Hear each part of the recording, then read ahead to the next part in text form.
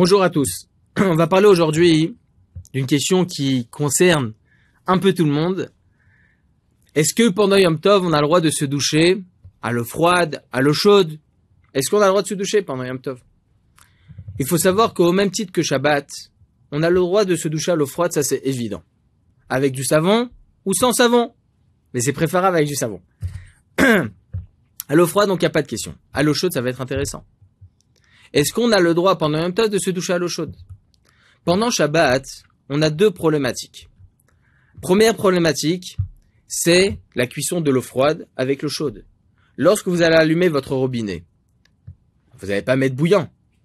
On va toujours mettre un peu, pas tempéré, mais un peu chaud, mais il y aura de l'eau froide qui va s'infiltrer dans l'eau chaude, dans les tuyauteries. Donc l'eau qui va s'infiltrer dans l'eau chaude va automatiquement cuire. Et ça, c'est interdit pendant Shabbat.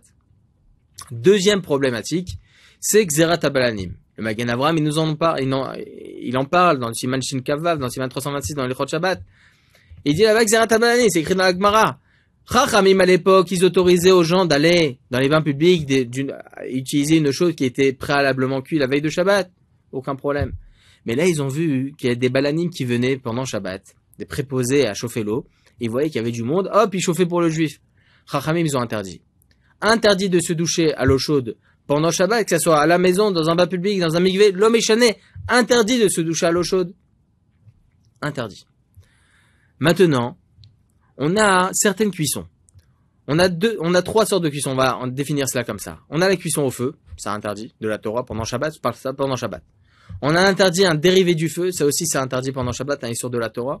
Et on a un dérivé du soleil. Dérivé du soleil, c'est ce qu'on appelle aujourd'hui, pour être très très moderne, le douche-mèche. Ok, les panneaux solaires. Les panneaux solaires, il faut savoir qu'à l'intérieur, vous allez avoir des tuyauteries noires. D'ailleurs, vous allez le voir, des panneaux solaires, des tuyauteries noires.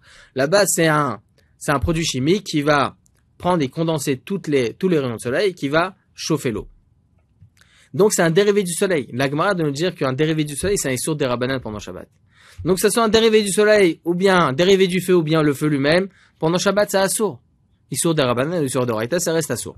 Maran Rabbeinu Ovadia Yosef, il autorise le douche mèche pendant Shabbat, pour laver la vaisselle, etc. Ça, c'est évident.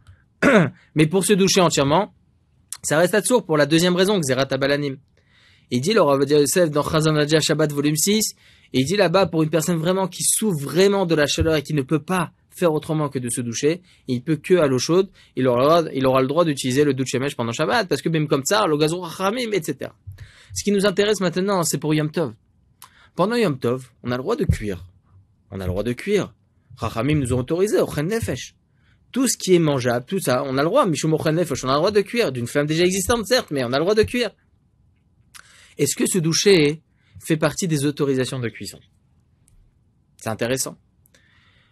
Il faut savoir que selon la halakha, je vais faire rapide. Selon la halakha, la cuisson dans l'eau, ok, qui va être fait dans le doud, dans les chauffe-eau, etc., sera permise dans la halakha uniquement dans deux cas de figure. Le doud chez Mèche, c'est permis. Les panneaux solaires, c'est permis pendant Yom Tov sans aucun problème, même se doucher entièrement le corps. Pour quelle raison? Parce que le doud chez Mèche, il dit comme ça, Maran Rabbeinu Ovadia, dans Chazon Vadia Yom Tov, pardon. Il dit que l'eau chauffée par un doud chez Mèche, par un panneau solaire, c'est comme si ça a été une eau qui a été préparée veille de Yom Tov. Il y a écrit dans la Gemara qu'une eau chauffée veille de Yom Tov, c'est permis d'utiliser pendant Yom Tov, même pour se doucher entièrement. Le doud chez Mèche, on ne fait rien pendant Shabbat, on va pas cuire nous, de nos mains. Donc il dit le Rav Ovadia, par extension, le doud chez Mèche, c'est préparé, c'est comme si c'était préparé veille de Shabbat, même si cette eau-là, elle l'a chauffée pendant Yom Tov. Deuxième cas, Maran Rabbeinu Ovadia Yosef, il autorise, et son fils dans Shut Arishon Etzion, volume 2, il autorise Maran Rabbeinu Israël Yosef, ainsi que dans Yalkut Yosef Yom Tov, édition 5779, page 371 et 379, il dit comme ça, que un chauffe-eau électrique, qui est utilisé avec un minuteur, avec une minuterie, c'est permis pendant Yom Tov. Aucun problème. Pourquoi? Parce que cette minuterie, elle a été mise la veille de Yom Tov. Donc je fais rien de mes mains. Donc c'est permis pendant Yom Tov. Alors vous allez me poser la question, hein, bah attends. Ça je comprends Yom Tov Rishon. Mais en France où il y a un deuxième jour de Yom Tov. Deuxième jour de Yom Tov. Quand est-ce que ça a chauffé cette eau-là? Elle a chauffé pendant Yom Tov, c'est évident. Donc ça serait peut-être interdit. C'est pas une préparation qui a été faite. Et il dit le Rav Yosef, même dans ce cas-là, c'est permis. Il fait un cas peut-être que le premier jour, c'est pas un vrai jour. Pourquoi on fait 2 jours de Yom Tov?